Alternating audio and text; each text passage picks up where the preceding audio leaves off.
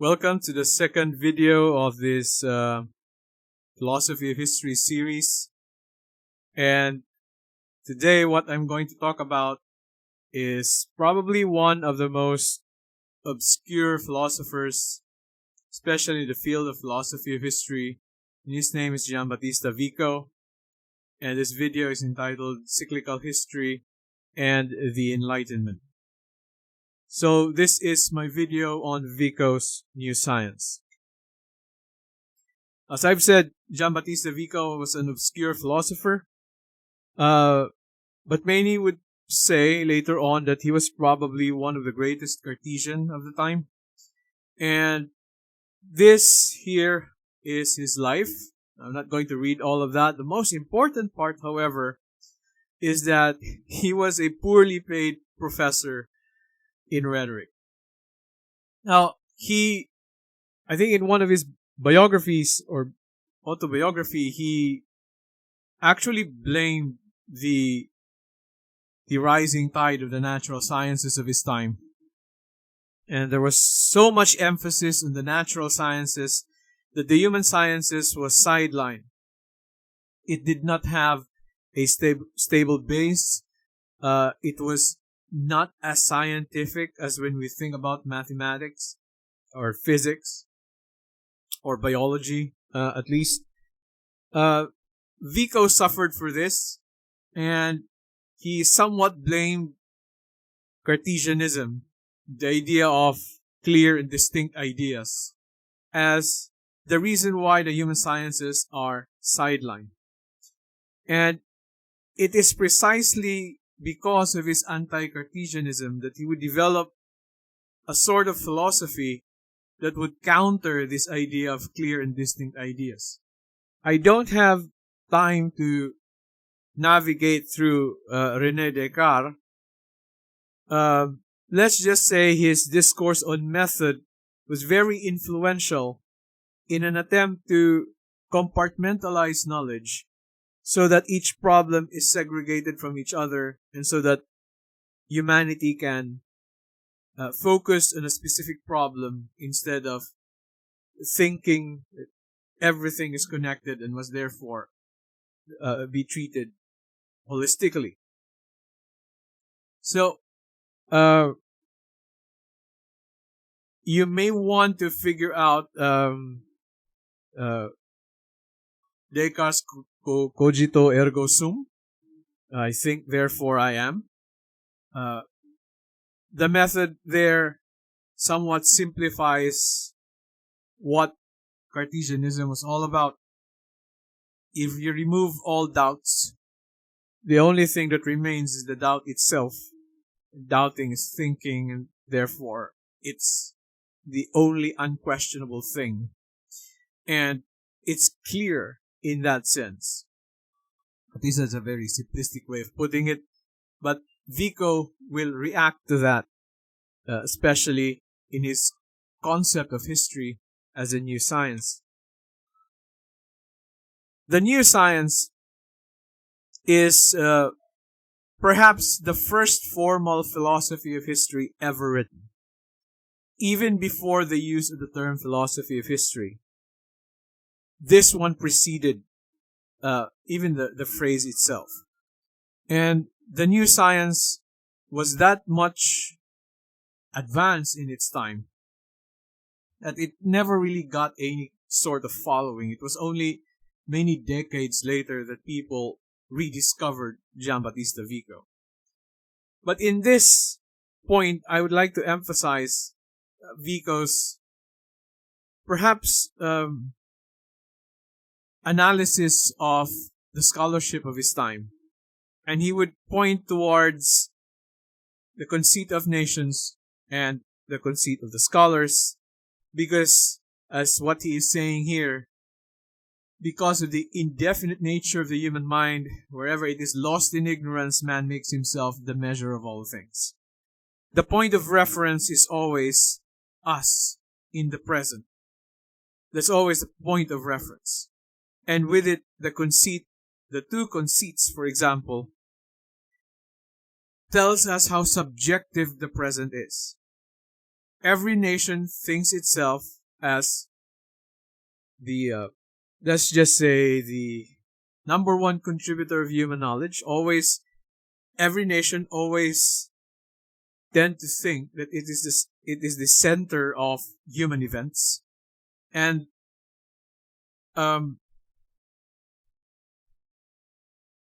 whatever knowledge that nation had or has, it's always remembered as something that has been established for so long. So the nation sees itself as the center point of human activities, and therefore would judge other nations based on their conceit. Same goes with the conceit of scholars. As I've said, basing everything towards themselves. And the idea that what they know is actually something already known since time immemorial. Like, it's always been there. It's always been achieved. It's always been being part of knowledge. Always been that what we know as scholars are justified by the longevity of the knowledge, or at least the perceived longevity of the knowledge itself. So there's always a conceit in there. So you combine these two, and you have an idea that the point of reference is not simply that it is the present, but it also includes all the prejudice inside. Now, this is a precursor. Now, the Vico would criticize these two conceits, and this is a precursor to what anthropology would call the emic perspective.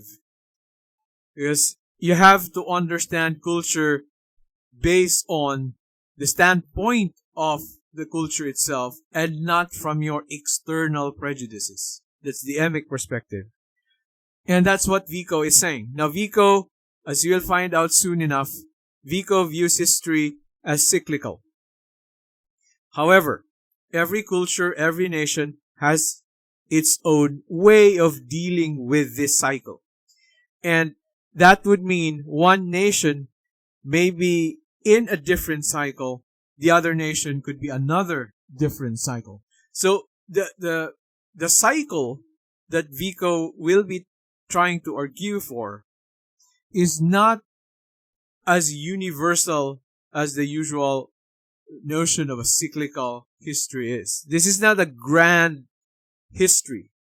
This is a history based on specific points and perspectives, especially that of the nation.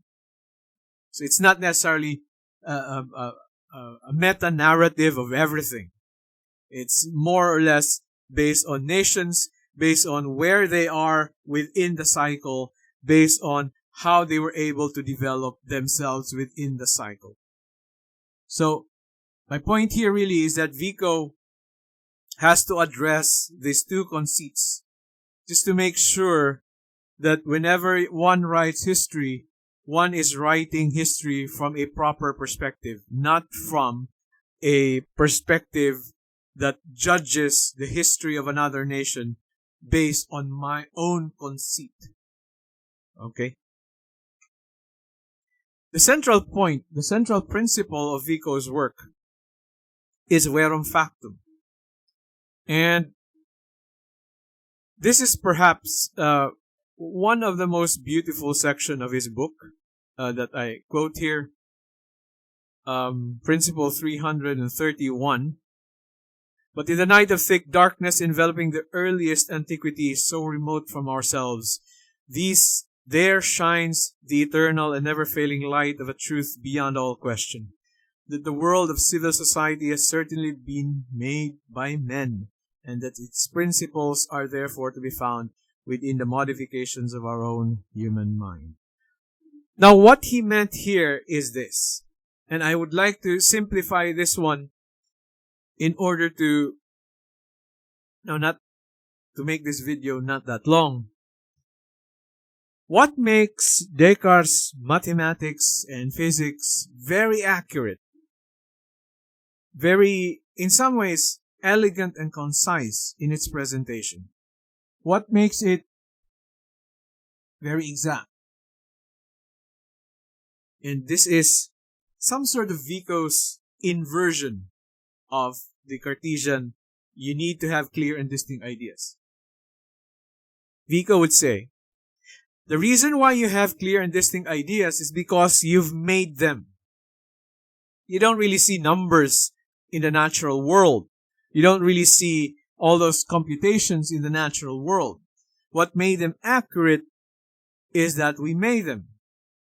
You don't really see a perfect triangle in the natural world. You don't see a perfectly straight line in the natural world. No perfect circle, so to speak. We made them, and the reason why they are very clear and distinct to us is the very fact that its truth is coming out of our head, out of our human mind. We can know the truth simply because, in fact, the truth comes from us. And then Vico here would add that the human sciences has been neglected and the natural sciences has become close to the level of being worshipped as exact. And he marvels at this. And how can it be exact? His idea here is a bit religious. The idea is God created nature, therefore God is the only one who has a greater knowledge about nature. Human civil society, human laws, language, etc., the products of the human mind, because we made them, by the very fact that we made them and we made them the truth, let's just say truth of our practical, pragmatic lives, then it is perhaps we ought to study the human sciences more because we can actually know ourselves better simply because we are studying the institutions that we've made. That sounded like anthropology, really, in a world where anthropology was not even, in some sense, invented yet. What does it mean to be human? You can only study that through the human sciences. History is the new science. And it's going to be exact. Because it's studying the very things that we created. It's some kind of folly for man to study nature and presumes that he can know nature more than God knows his own creation. This is the principle of Verum Factum. The truth can only be known in its entirety only on the things that we actually made. That we are part of the production of truth itself. Not some outside thing, especially that, as I've said, Vico thinks that since God created nature, then God has the only, in some sense, the only one capable of comprehending nature for what it is. So what's the role of history then? History attempts to place everything in a proper perspective. That's why it's the new science. It's the study of the things that we've accomplished as a humanity or as a culture or as a nation. It has nothing to do with trying to figure out how nature works, what nature is all about. History has its components, and you can actually see these components in the entirety of Vico's work. Vico, for example, would emphasize on language because he noticed that every age, every generation somehow has a specific way of describing things. In the age of the gods, there's a specific poetic way of describing that. In the age of heroes, there's this heroic language, pseudo-poetic, and in a sense, noble in shape and in form. And then, of course, the rationalist, more enlightened language of men in the age of men. Language somehow reflects human society. And this work was actually written far before Franz Boas's work on the language of the American Indians. That was one of those works in anthropology that really began to associate language with what psychology and psychoanalysis was then calling as the unconscious. The unconscious is not necessarily some weird stuff of spiritual power or some kind of that, but it's actually found in the linguistic arrangement that is somehow observable in culture. Vico saw that one. He saw that somehow language reflects what the culture is all about. That's why he would say, what stage are you in? You can see that through language. Because he sees the world, or the historical cycle is composed of three ages: gods, heroes, and men. You can know which age are we talking about through language. Same goes with laws. Because laws usually show the way language works. And we're not just talking here about jurisprudence. We're not just talking about spirit of laws. We're not just talking about the metaphysical aspect of laws. We're actually talking about here is, in some ways, the way, say, grammatical rule works. It reflects the character of governments, show the use of language and myth, and plot the development of rationality. Laws kind of presents that. And this was before Freud's coming of the Oedipus. Prohibition in law. Freud introduced that. Vico was already talking about the effect of laws, and simply because laws were man-made. Grammatical rules are man-made. Governments are man-made. So laws are important. The more you read laws, the more you figure out how rationality developed. But the movement from age to age has to happen by way of politics and class struggle.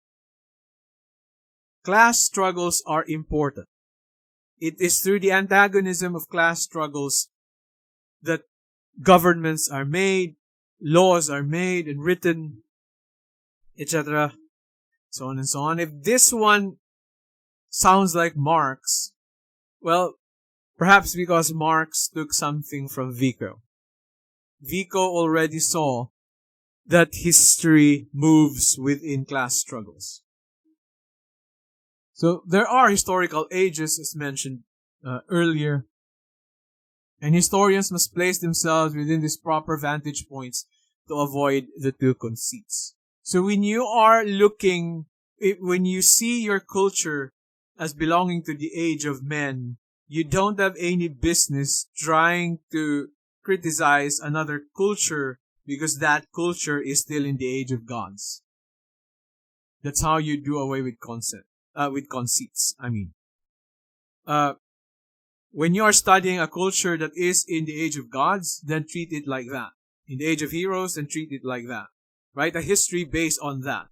Do not say, if you are still in the age of heroes, and then you're looking at the age of men, and then you go all out criticizing the age of man because you don't understand what the culture is. You don't do that. You don't do the two conceits. As I've said, similar to anthropology's emic perspective, you have to understand the culture, the history, of a nation based on what that nation is all about, not based on your own prejudices.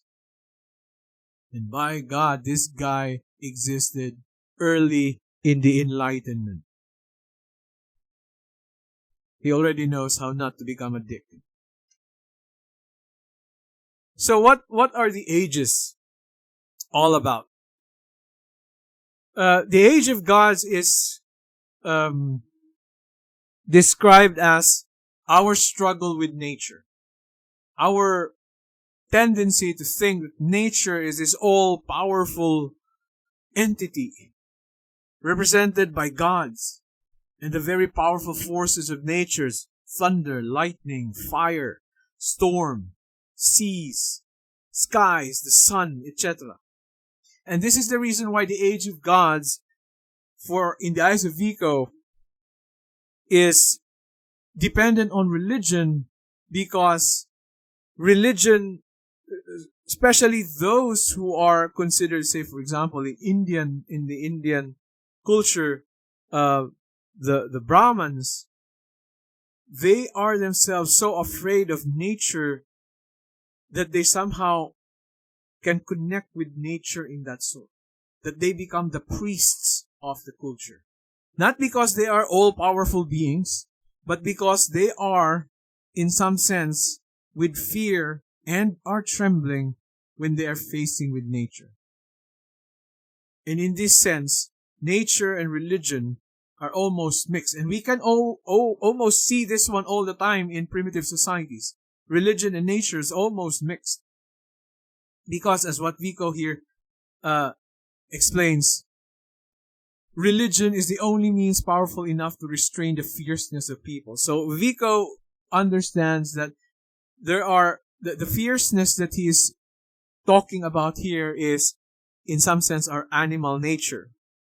That we come from that. And again, this is before Charles Darwin. Okay?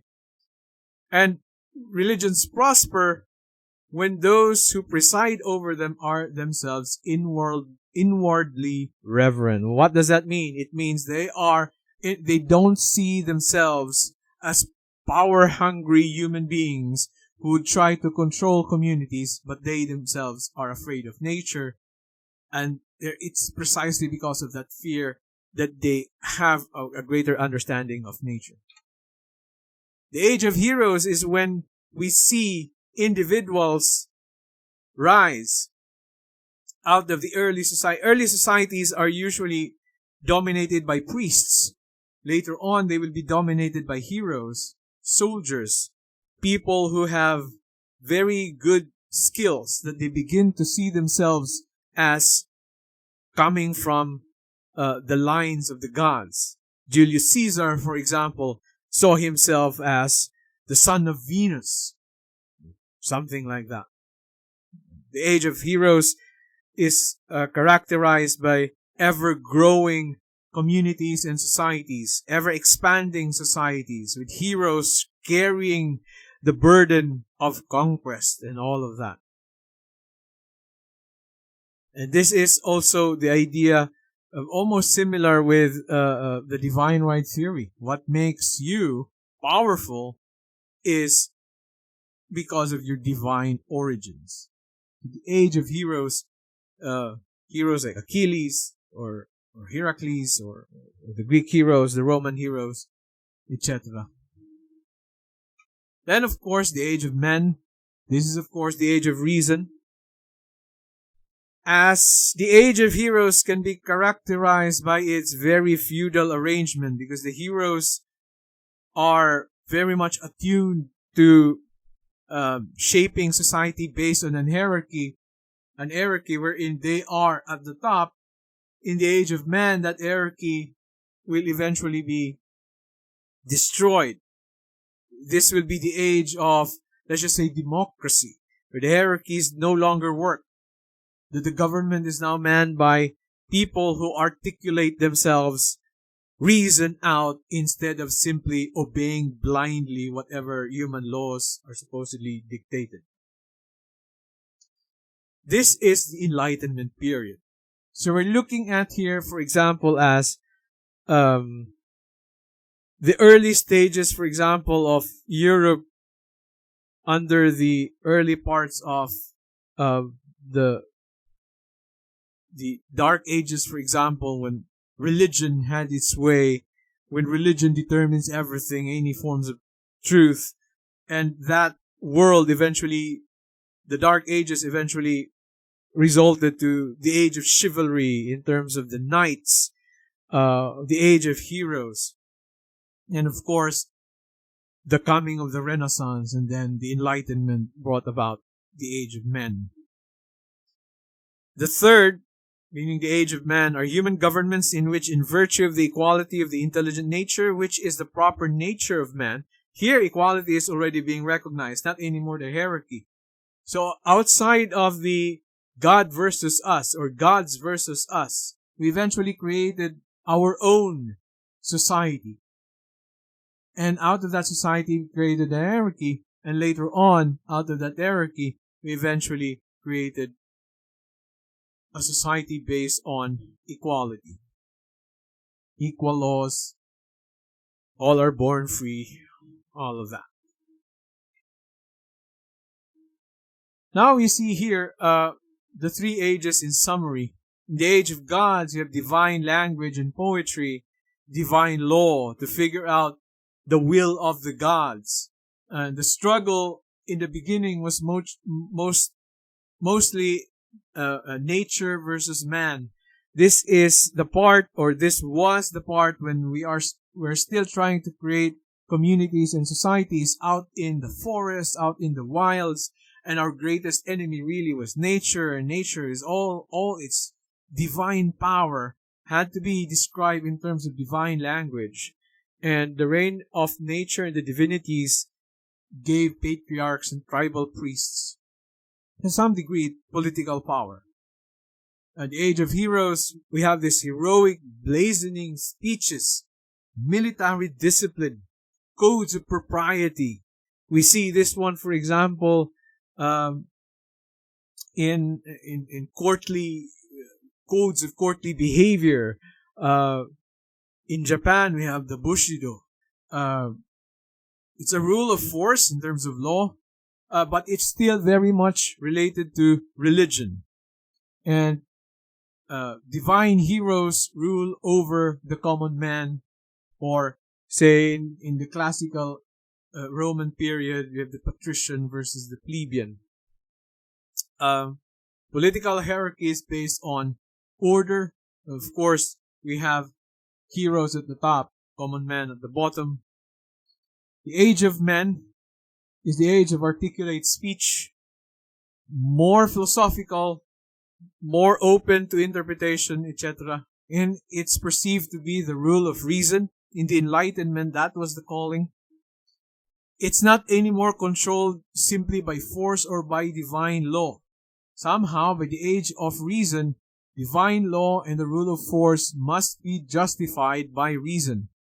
And of course, the proper use of technology and social trust, as one class has to interact with another in order to come up with some sort of civil order, especially based on constitution or law.